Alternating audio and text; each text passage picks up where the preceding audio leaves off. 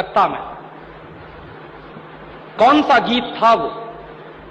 हिंदुस्तान में ब्रिटेन के लोगों के समर्थक बहुत बड़ी संख्या में रहे, और ना सिर्फ ब्रिटेन के समर्थक रहे बल्कि अंग्रेजों के तलवे चाटने वाले घराने इस देश में रहे। अंग्रेजों की जी हजूरी करने वाले घराने इस देश में रहे, और जिन खानदानों ने अंग्रेजों के जितने ज्यादा तलवे चाटे, उन्हीं खानदानों का नाम इस देश में गर्व से लेते हैं लोग। जो अंग्रेजों के सबसे ज्यादा पिट्ठू बनकर रहे, जो अंग्रेजों के चरणों में साष्टांग बिछ जाते थे, ऐसे ही लोगों को इस देश के इतिहास में पढ़ाया जाता है। और ऐसा ही एक खानदान था जो अंग्रेजों की गुलामी में आकंठ डूबा हुआ था। उस खानदान का नाम था टैगोर खानदान। और उस टैगोर खानदान का एक व्यक्ति था जिसका नाम था रविंद्रनाथ टैगोर। उस रविंद्रनाथ टैगोर ने जॉर्ज पंचम के स्वागत के लिए एक गीत लिख दिया था। और ना सिर्फ उस आदमी ने वो गीत लिखा, बल्कि कलकत्ता में जब जॉर्ज पंचम पहुंचा और उस भरी सभा में जहां लाखों लोग उपस्थित थे, हिंदुस्तान की गुलामी का गीत गाया गया और ब्रिटेन के राजा का सम्मान किया गया। और ये काम रविंद्रनाथ टैगोर ने अपने मुंह से किया। और वो गीत कौन सा था जो रविंद्रनाथ टैगोर ने इंग्लैंड के राजा की स्तुति का गान करते हुए लिखा था? वो गीत वही है जिसको आप कहते हैं जनगण मन अधिनायक जय हे भारत भाग्य विधाता। बहुत शर्म आती है मेरे जैसे आदमी को जब वो गीत गाने के लिए कोई मुझे कहता है कि ये गाओ। क्यों गाएं उस गीत को? रविन्द्रनाथ टैगोर तो चापलूसी करते थे अंग्रेजों की, रविन्द्रनाथ टैगोर तो चाटुकार थे अंग्रेजों के, और रविन्द्रनाथ टैगोर तो साइकोफेंट थे अंग्रेजों के। इसलिए उन्होंने अंग्रेजों के राजा के सम्मान में वो गीत लिखा था। मैं तो नहीं हूं, मुझे तो अंग्रेजों की चापलूसी से कोई मतलब नहीं है। मैं तो अंग्रेजों का उससे ज्यादा विरोधी हूं जितना कोई हो सकता। लेकिन मेरे आजाद देश में उस गीत को बार बार गवाया जाए, यह मेरा राष्ट्रीय अपमान का प्रश्न है।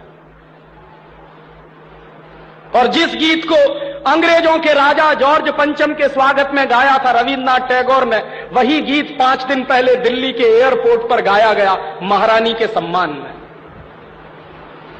आपने कभी ध्यान दिया है उस गीत के शब्द क्या हैं और उन शब्दों का मतलब क्या है? जनगण मन अधिनायक जय हे, हिंदुस्तान की जनता के मनों के अधिनायक तुम्हारी जय हो, ये मतलब है। जनगण मन अधिनायक जय है माने जॉर्ज पंचम तुम हिंदुस्तान की जनता के मनों के, जनता के गणों के अधिनायक हो, सुपर बॉस हो, इसलिए तुम्हारी जय हो। ये रविन्द्रनाथ टैगोर गा रहे हैं।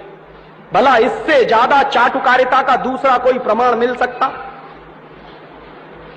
इससे ज्यादा साइकोफेंसी का दूसरा कोई प्रमाण आपको मिल सकता? और दूसरी लाइन है जनगण मन अधिनायक जय है भारत भाग्य विधाता, माने तुम भारत के भाग्य विधाता हो, माने हमारा भाग्य तुम लिख रहे हो। यह तो कोई भगवान से भी नहीं कहता है। लेकिन रविन्द्रनाथ टैगोर ने तो हिंदुस्तान के साम्राज्यवादी राजा का प्रतीक जो जॉर्ज पंचम था, उसको भगवान से भी ऊपर रख दिया था कि तुम तो भारत के भाग्य विधाता हो। पंजाब सिंध गुजरात मराठा द्राविड़ उत्कल बंग, विंध्य हिमाचल यमुना जंगा, उच्छल जलधि तिरंग, तब शुभ नामे जागे तब शुभ आशीष मांगे। माने पंजाब सिंध गुजरात मराठा द्राविड़ उत्कल बंग, ये सारा हिंदुस्तानी इलाका तुम्हारे लिए आशीष मांग रहा है, तब शुभ आशीष मांगे।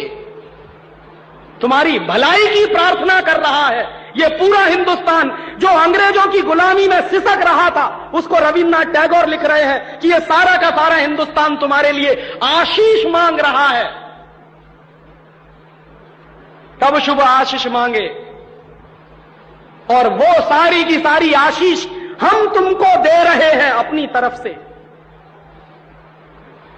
और अंत में जनगण मंगलदायक जय हे भारत भाग्य विधाता, वही भारत के भाग्य विधाता तुम्हारा मंगल हो, तुम्हारा कल्याण हो।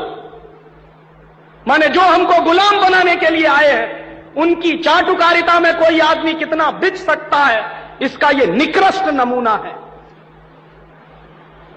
और अंत में वो कह रहे हैं कि जय हे जय हे जय हे, माने तुम्हारी ही जय है, तुम्हारी ही जय है, तुम्हारी ही जय है।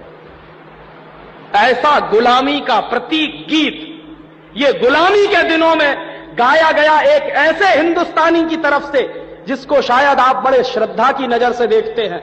और ये गीत जब गा दिया था उन्होंने और चरणों में बिछ गए थे रविंद्रनाथ टैगोर, तब अंग्रेजों ने उनको नोबेल प्राइज दिलवा दिया था पुरस्कार के रूप में। रविंद्रनाथ टैगोर को ऐसे ही नोबेल प्राइज नहीं मिला था। अंग्रेजों ने कुछ नियम बनाए थे, कुछ परंपराएं बनाई थी। और अंग्रेजों के नियम क्या थे? जो अंग्रेजों की जितनी ज्यादा चाटुकारिता करे, जो अंग्रेजों के जितने ज्यादा पैर चाटे, उसी को अंग्रेजी सरकार राय बहादुर का खिताब देती थी। उसी को अंग्रेजी सरकार हिंदुस्तान में और इंग्लैंड में नाइटहुड की पदवियां दिया करती थी। ऐसे ही लोगों को अंग्रेजों की तरफ से इनाम मिलते थे क्योंकि वो अंग्रेजों के चरण चाटते थे और हिंदुस्तान को गालियां देते थे। और ऐसे चरण चाटू लोग आपने नाम सुना है, हिंदुस्तान के राजाओं के दरबार में कुछ चारण और भाट हुआ करते थे। वो चारण और भाट क्या करते थे? राजा चाहे जितना गंदा हो, चाहे जितना बदमाश हो, चाहे जितना लफंगा हो, लुच्चा हो, वो चारण और भाट हमेशा राजा की प्रशंसा ही करते थे। बदले में राजा उनको कुछ इनाम बांटता था। ऐसे चारण भाटों का खानदान है ये टैगोर खानदान, जिन्होंने ये गीत लिखा है।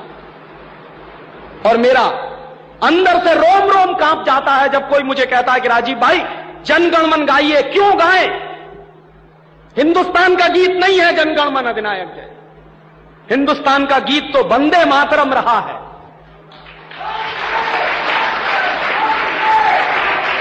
और यह वंदे मातरम जैसा गीत जो हिंदुस्तान की आजादी की लड़ाई का प्रतीक था, जो हिंदुस्तान के लोगों में खून में जोश भरने का काम करता था, उस वंदे मातरम जैसे गीत को हिंदुस्तान में राष्ट्रीय गीत का दर्जा दिलवाने में 50 साल लग गया हमको, अब जाके हुआ है। लेकिन जो गुलामी के जमाने का गीत था जनगण मन अधिनायक जय है, वो आजादी के तुरंत बाद हिंदुस्तान के उन गुलाम लोगों ने जो शरीर से आजाद होंगे लेकिन दिमाग से गुलाम होंगे, हिंदुस्तान का राष्ट्रीय गीत बनाया था उन्होंने।